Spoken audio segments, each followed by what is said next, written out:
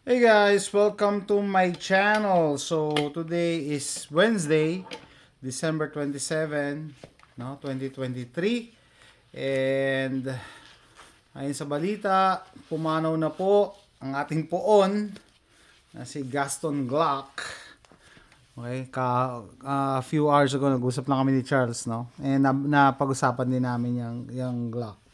Um, Wala akong particular script. Ano lang natin, mag-usap lang tayo about Glock. And my journey sa firearm world na including yung Glock. No?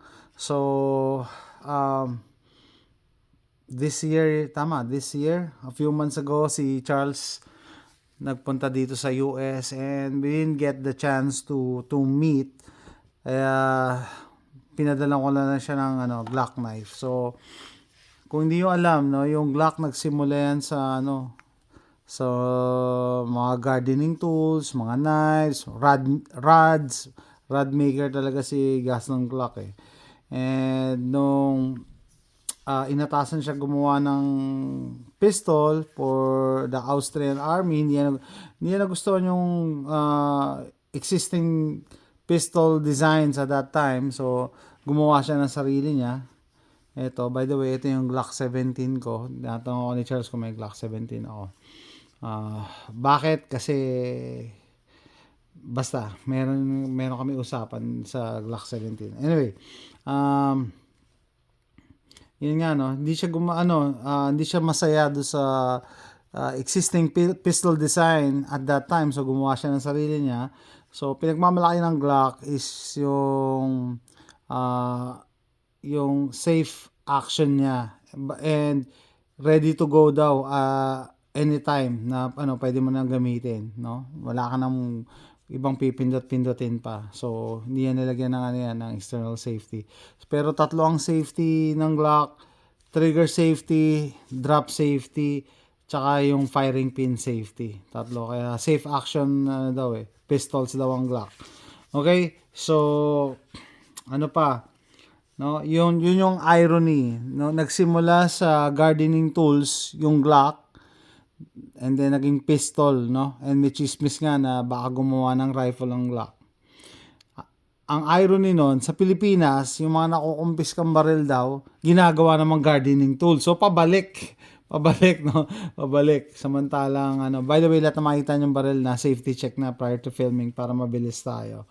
Okay, so, yan. Nung nag-start ako sa mundo ng firearms dito, no, nagbablog ako, may nagko-question sa akin, may nagtatanong kung may Glock daw ako. Sabi ko wala. And then yung iba ina-assume na, oh bakit sir, Glock hater ka ba? No, at that time, nung wala pa akong Glock pistols, I don't see the need for a Glock. Kasi sabi ko, ang dami ko ng pistols eh. And parang yung mga semi-auto polymer frame pistols, pag meron ka isa, parang meron ka na rin ng lahat eh, no? If you fired one, it's almost the same. And nag-start akong magkaroon ng interest sa Glock nung lumabas yung mga PCCs, pistol caliber carbine. Pag nag-PCC ka kasi, dalawang type of lowers lang yan, no, at that time. Yung AR9 na PCCs. Either Glock magazines ang gagamitin or Colt na magazines ang gagamitin, which is hard to find. So sabi ko, maganda streamline yung magazines ko, puro Glock na lang. And then puro Glock na yung magazines ko, sabi ko okay, try nga ako ng Glock pistols. So yan, yung nasa Ronnie kit ko, Glock 22, so 40 cal siya. Pero meron din akong 9mm conversion kit, so pwede rin niyang gamitin as 9. Ito, Gen 4, yung Glock 22 Gen 3. Ito, Glock 17 Gen 4. Okay? So, ano pa? Pareho to, pwede ilagay dun sa Ronnie kit na yan. Yun nga, no? Pinagmamalaki ng Glock, safe action pistol, safe daw. Pero surprisingly, May nakikita yung mga videos na nababaril yung sarili nila using a Glock. Isa doon yung nakita kong CCTV footage na yung pulis yata sumabit yung cord ng jacket niya dito sa trigger, which is ano naman very rare, no, very rare. And majority na makikita yung accidents, no, ano yan, user error, no. Unang-una yung na-mention ko na sumabit sa jacket, hindi ka pwede dapat ano, kung magki-carry ka dapat naka-holster, proper holster, hindi yung basta yung ordinaryong holster mo murahin lang. Dapat covered palagi ang trigger. Okay? So, ganon. Anyway, yan, usapang Glock tayo. And sabi ko kay Charles, actually, bilib ako sa Glock kasi yung marketing department ng Glock, imagine mo, na-coin nila yung Glock Perfection. If you think about it, marketing lang talaga yon. Ano ba talaga ang perfection? Napaka-subjective niyan. And sabi ko nga, pag ikaw may polymer pistol ka ngayon, no? Parang halos pare-parehas na lang. Actually, may nagtatanong sa akin, no? Ano bang re-recommend mo? Yeah, kung ano yung available ngayon sa market, and then kasya sa budget mo, yon, consider mo yon, no? Madami kasing Glock fanboys eh. No, Glock owner ako pero hindi ako member ng kulto na gano'n. Bakit? Kasi nga para sa akin, yan, baril pa rin siya, pistol pa rin siya, polymer ano pa rin siya, no? Wala siyang extraordinary na capability. 9mm pa rin ang pumuputok, ang lumalabas dito. 40 cal pa rin ang lumalabas doon. Pero in honor of the founder of Glock and the inventor of Glock, dapat nating i-recognize na dahil sa Glock, okay, kaya nagkaroon tayo ng mga polymer pistols today na reliable. Sabi ko sa inyo, majority ng polymer pistols today reliable na din. Kasi naging gold standard ang Glock. Hindi ka pwedeng, dumating yung time na hindi ka pwedeng maglabas in terms of mga gun manufacturers, no? Hindi ka pwedeng maglabas ng polymer gun na hindi at par with Glock. Palaging tinatanong, ano ba yan? Glock killer ba yan? Or kaya niya bang talunin yung Glock? Palagi ang gold standard talaga is yung Glock. So imagine niyo, Glock raised the bar. So hindi sila pwedeng basta gumawa lang ng baril na hindi reliable, no? Lalo na kung polymer. Anyway, yun nga. So dahil diyan, naglabasan na, lalo na nag-expire na ba yung patent? Ang dami na lumabas na Glock clones. So, ito, Palmetto State Armory, Dagger, clone to ng Glock 19. So, actually, may binuo ko na Glock 19 lahat, yung upper, pati yung sa trigger system, lahat. Yung frame lang ang sa Palmetto State Armory. Gumagana pa rin. So, ito, magazine na to, ATS magazine for Glock. Glock 17 actually, kaya nakausli. So, ito, Palmetto State Armory Dagger Glock clone. So, ang dami na Glock clones. May isa pa tayo, Smith & Wesson SD. Ito, magandang kwento rin to. SD40VE. So, 40 cal. Yan. Clone siya ng Glock. Pero, pinalta ko na yung trigger niya, no? So, nangyari dito, nung nilabas siya ng Smith & Wesson, nagdemanda yung Glock. Nagdemanda sila, gasong lasabi, ay, ano yan, ginaya nyo kami, yung action namin, and yung action yata nito, yung internals, ginaya yung Glock. Iniba lang nila tong trigger guard, ginawa nilang rounded, yung trigger, medyo rounded din pala, hindi medyo rounded, pero, yan nga, Glock na Glock daw yung design nila. Okay? So, nangyari, natalo yung Smith & Wesson sa kaso. Imbis na i-pull out sa market ng Smith & Wesson yung SD series, na ipagkasundo na lang sila sa Glock na, oy, tuwing may mabibenta kaming ganito, may porsyento kayo. So, panalo pa rin yung Glock kasi ang dami rin bumili nito kasi mura-mura lang siya. Okay, so dalawa to. Ito yung 40 cal and may isa 9mm. Yung kaibigan ko si Adrian, may 9mm siya. Ginawa ko rin ng video yun, comparison. So, yun nga, Glock clone. So, para sa akin, ito, mas nauna ako magkaroon nito compared sa Glock. Sabi ko, ito, reliable naman ako. Reliable naman to. Never nag-jam, never ako nagka-problema. Okay, so, yan. And plus, maganda siya kasi metal yung ano ito yung magazines. Metal yung magazines nito.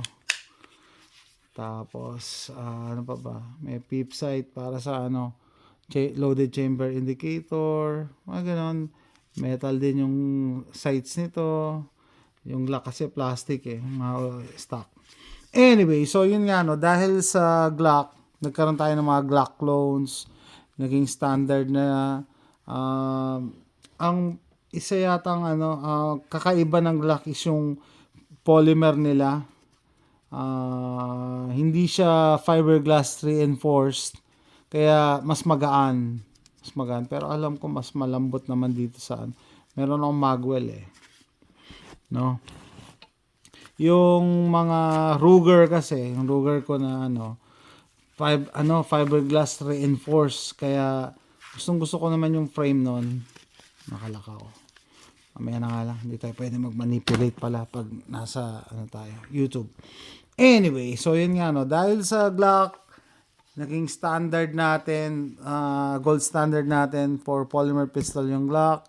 So yan palagi ang pamantayan. Kaya yung ibang manufacturers, syempre in-improve nila yung mga products nila, in-improve nila yung design, no? And what else? Yung Taurus, lalo na yung Taurus, no? G3, napakasikat. Nag-improve very much. Lalo na yung lumipat yung company nila yung manufacturing nila sa US, dati sa Brazil lang. Anyway, going back to Glock, kahit hindi kayo fan ni Gaston Glock, may mga issue din kasi sa personal niyang buhay. And yung mismong barel, kung hindi kayo fan, kasi kung tatanungin nyo ako, yung itsura niya hindi maganda Simple, very blackish. Para sa akin, ang pinakamagandang design ng barel is Beretta. Napaka-sexy ng Beretta.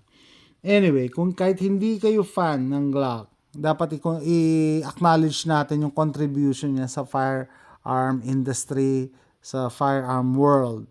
Okay? Ang Glock, sabi ko kanina, kay Charles, sabi ko, yan kasi ang Honda Civic ng mga pistols. Ang dami kasing parts na na pwede mong ilagay dyan or i-swap or idagdag. Sobrang dami. Yung budget mo lang talaga ang limit, no? By the way, Ameriglo front sight yan, no? Kahit open sight, kitang-kita yung Anyway, so yun nga napakalaki ng contribution ng Glock. And what else? Hopefully matuloy yung chismis na nagve-venture na ang Glock sa mga rifles. Yan. So yun nga i-acknowledge natin na nag-iba talaga nung pumasok yung Glock sa pistol world. Actually na-mention yan sa sa 90s movie yung sa Die Hard, no? Sabi daw makakalusot daw sa airport, no, dahil nga daw polymer, which is not true kasi yung slide kasi tsaka barrel is metal, no? Pero alam niyo naman sa pelikula, misleading yan yung dialogue ni Bruce Willis na yon. Sabi niya, I heard na may bagong polymer pistols na hindi daw madedetect sa airport, no? Which is misleading. Anyway, so yan po, no? Thank you sa pamilya mga naiwan ni Gaston Glock kasi naiwanan niya tayo ng technology, no, to make good pistols. Yes. And proven na ginagamit ng military and police. And yata 65% ng US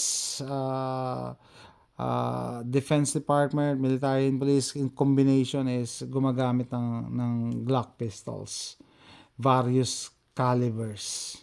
Anyway, so that's it. Sabi ko, walang particular topic. Basta lang main topic natin is Glock. Hopefully, na-appreciate nyo rin kahit hindi kayo fan ng Glock, no? Yung contribution niya sa firearm industry. Anyway, so yun nga po. Tatapusin ko na yung video na to, no? Today, December 27, na maalam na po si Gaston Glock at the age of 94. Hopefully, one can only hope na umabot din sa ganong age. So, with that guys, tatapusin ko na yung video na to. Thanks for watching.